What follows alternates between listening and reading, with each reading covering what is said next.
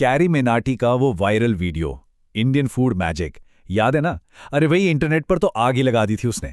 लेकिन वो सिर्फ एक मजेदार वीडियो नहीं था, बल्कि इंडियन स्ट्रीट फूड के जो अजीबोगरीब ट्रेंड चल रहे हैं ना, उस पर एक जबरदस्त तंज भी था।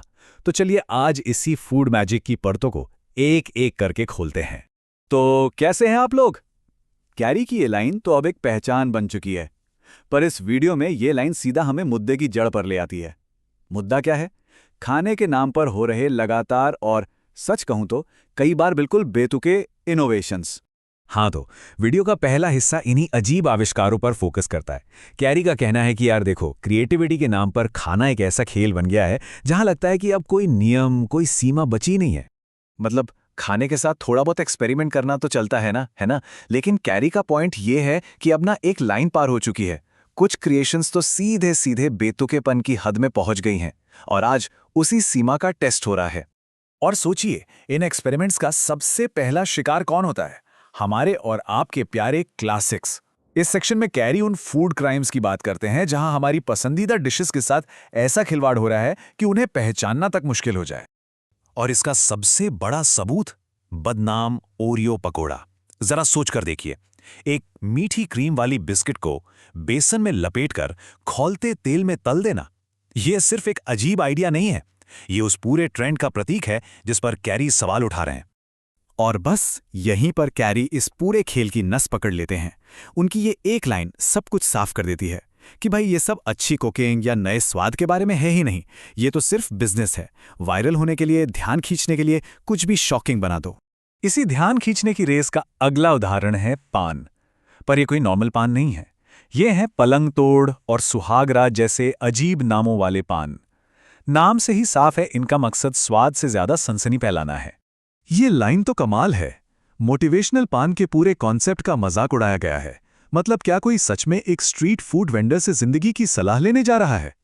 कमाल है। अच्छा, ध्यान खींचने का एक और तरीका क्या है? आकार, साइज। इस सेक्शन में कैरी उस जुनून की बात करते हैं जहां स्वाद और खाने की आसानी सबको साइड में रखकर बस हर चीज को भीमकाय बनाने पर जोर है। यहां सवाल टेस्ट का नहीं, साइज का है। और इस विशाल फूड ट्रेंड का पहला नमूना ये बाहुबली मोमो। इसे देखकर तो दिमाग में पहला सवाल यही आता है, क्यों? इसका मकसद क्या है भाई?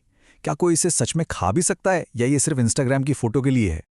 और इस विशाल मोमो के लिए कैरी की ये लाइन क्या मजेदार और सटीक बात कही है। मतलब इसके आकार ने इसकी असल पहचान ही बदल कर रख दी। मोमो अब मोमो नहीं रहा, नेपाली पराठा बन गया है। मोमो के बाद अब बारी आती है गोलगप्पे की, और ये कोई आम गोलगप्पा नहीं है।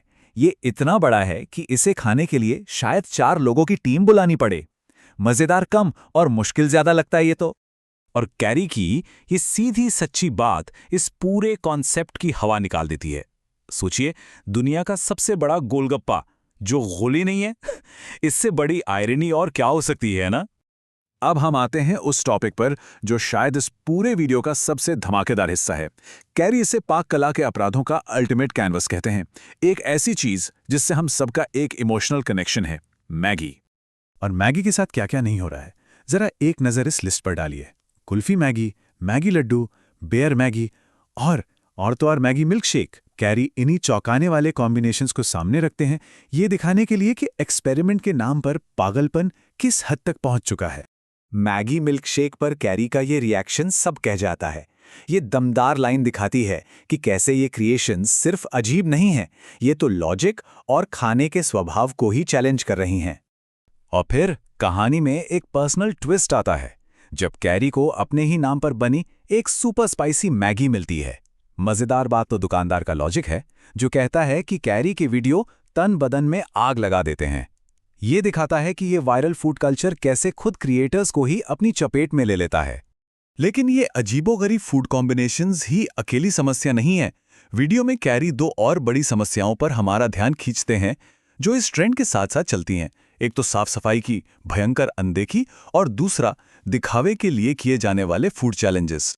यहाँ कैरी कुछ ऐसी चीजें दिखाते हैं जिन्हें देखकर शायद किसी का भी खाने से मन उठ जाए। चावल के पानी से चेहरा धोना, जमीन पर बर्फ घिसकर गोला बनाना और गंदे हाथों से पानी मिलाना। ये सब फूड सेफ्टी के साथ एक बहुत भद्दा मजाक है। ये लाइन फूड चैलेंजेस पर उनकी राय को बिल्कुल साफ कर देती है। वो इसे एंटरटेनमेंट नहीं मानते, बल्कि एक अनहेल्दी और अप्राकृतिक काम मानते हैं जो कुदरत के खिलाफ है। तो इन सब मजेदार और चौंकाने वाली बातों के बाद कैरी का फाइनल मैसेज क्या है? चलिए वीडियो के आखिरी हिस्से को देखते हैं, जहां वो अपना डिस्क्लेमर देते हैं और अपने ही खास अंदाज में साइन ऑफ करते हैं।